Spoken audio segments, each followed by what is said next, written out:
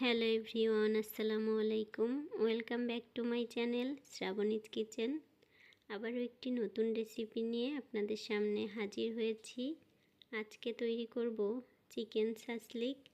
খুব সহজে আর ঘরোয়া উপকরণ দিয়ে কিভাবে এই চিকেন সাসলিকটা তৈরি করবেন চলুন দেখে নিই। আমি এখানে 500 গ্রামের মতো নিয়েছি মুরগির বুকের মাংস। আর এর মধ্যে দিয়ে দিচ্ছি 2 টেবিল চামচ রসুন বাটা, 2 টেবিল চামচ আদা বাটা, লাল মরিচের গুঁড়া দিয়ে দিচ্ছি 2 টেবিল চামচ, দিয়ে দিচ্ছি লবণ 2 টেবিল চামচ, লেবুর রস দিয়ে দিচ্ছি 2 টেবিল চামচ, আর দিয়ে দেব সয়া সস 2 টেবিল চামচের মতো। সব উপকরণ দিয়ে আমি হাত দিয়ে মাংসের সাথে মশলাগুলোকে খুব ভালোভাবে মিশিয়ে নেব। আপনারা চাইলে এখানে গোলমরিচের গুঁড়াটাও ব্যবহার করতে পারেন, আবার হাতের কাছে না থাকলে এটিকে স্কিপও করতে পারেন।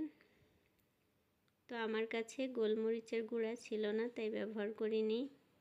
তো আমি এখন মাংসটাকে রেস্টে রেখে দিব। আর এদিকে আমি 2 ধরনের ক্যাপসিকাম নিয়েছি, হলুদ আর সবুজ। এগুলোকে এখন কেটে নিচ্ছি। আপনারা চাইলে আরও কালারফুল ক্যাপসিকামগুলো ব্যবহার করতে পারেন।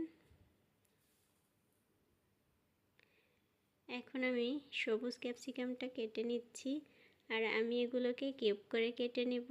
আর ক্যাপসিকামের এই সাদা অংশটা, এটির কোনো টেস্ট থাকে না, এজন্য এগুলো কেটে আমি ফেলে দিচ্ছি। তো দেখুন আমি কিভাবে ক্যাপসিকামটা কেটে নিয়েছি। এখন আমি হলুদ ক্যাপসিকামটাও একইভাবে কেটে নিব। আপনারা চাইলে অন্য সবজিও এর সাথে অ্যাড করতে পারেন। তো হলুদ ক্যাপসিকামটাও আমি একইভাবে কেটে নিয়েছি। এখন একটা পেঁয়াজ কেটে নিচ্ছি।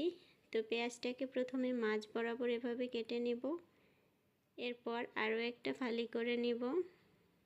এভাবে কিউব করে কেটে নিতে হবে। এরপর 2 সাইড থেকে কেটে এভাবে ছাড়িয়ে নিতে হবে। এখন আমি সবজিগুলোকে এর মধ্যে অ্যাড করে দিব। সব কিছু অ্যাড করা হয়ে গেলে হাত দিয়ে মাংসের সাথে আর মশলার সাথে সবজিগুলোকেও খুব ভালোভাবে এভাবে মিশিয়ে ম্যারিনেট করে রেখে দিব 10 মিনিটের জন্য। বেশি সময় থাকলে বেশি সময়ের জন্য ম্যারিনেট করে রেখে দিতে পারেন। এখন আমি একটা সস বানিয়ে নেব। এর জন্য নিয়ে নিয়েছি 1 টেবিল চামচ চিনি।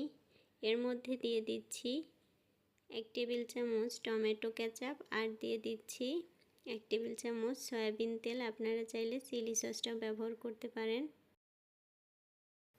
এখন আমি সাসলিক তৈরি করার জন্য যে কাঠিগুলো ব্যবহার করব সেগুলোকে পানিতে 10 মিনিটের জন্য ভিজিয়ে নিচ্ছি। তো 10 মিনিট পরে এগুলোকে তুলে নেব। আর এখন এই কাঠি থেকে একটা কাঠি নিয়ে নিলাম, আর এর মধ্যে আমি একটা একটা করে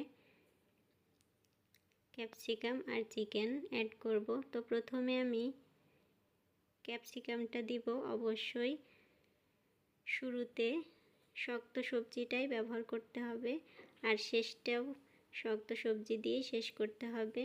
তো একটা ক্যাপসিকাম আর একটা পেঁয়াজ দিয়ে আমি চিকেনটা দিয়ে দিলাম। আবারও একটা ক্যাপসিকাম একটা পেঁয়াজ দিয়ে চিকেন দিব, এবং একেবারে শেষ পর্যায়ে এসে একটা ক্যাপসিকাম দিয়ে দিব। তো এই যে এভাবে তৈরি করে নিয়েছি। আমি আরও একবার হাত দিয়ে আপনাদেরকে দেখিয়ে দিচ্ছি। প্রথমে একটা ক্যাপসিকাম আর পেঁয়াজ দিয়ে দিব, তারপর একটা চিকেন। তো এভাবে আমি সবগুলো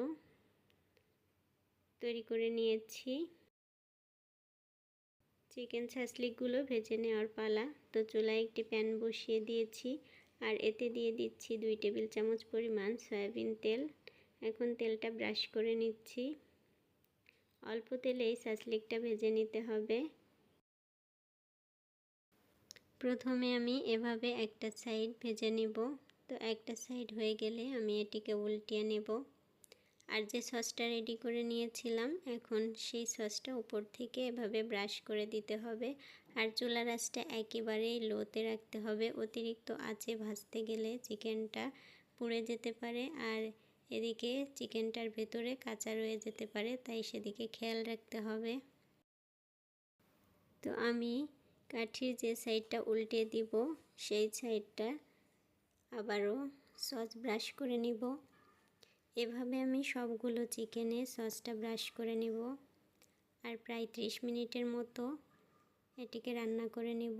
তো 30 মিনিট পর আমার সাসলেকটা একদমই রেডি হয়ে যাবে। তো এই যে দেখতেই পাচ্ছেন কতটা লোভনীয় হয়েছে। এখন আমি চুলাটা অফ করে এটিকে নামিয়ে নিচ্ছি। তো এই তো তৈরি হয়ে গেল আমার চিকেন সাসলেক। খুবই সহজ আর কম উপকরণ দিয়ে আর অল্প সময়ের মধ্যে দেখানোর চেষ্টা করেছি। অনেক লোভনীয় একটি রেসিপি ভালো লাগলে চ্যানেলটি সাবস্ক্রাইব করে পাশে থাকবেন। আরও ভিডিও দেখার জন্য বেল আইকনটিকে ক্লিক করে রাখবেন। আল্লাহ হাফেজ।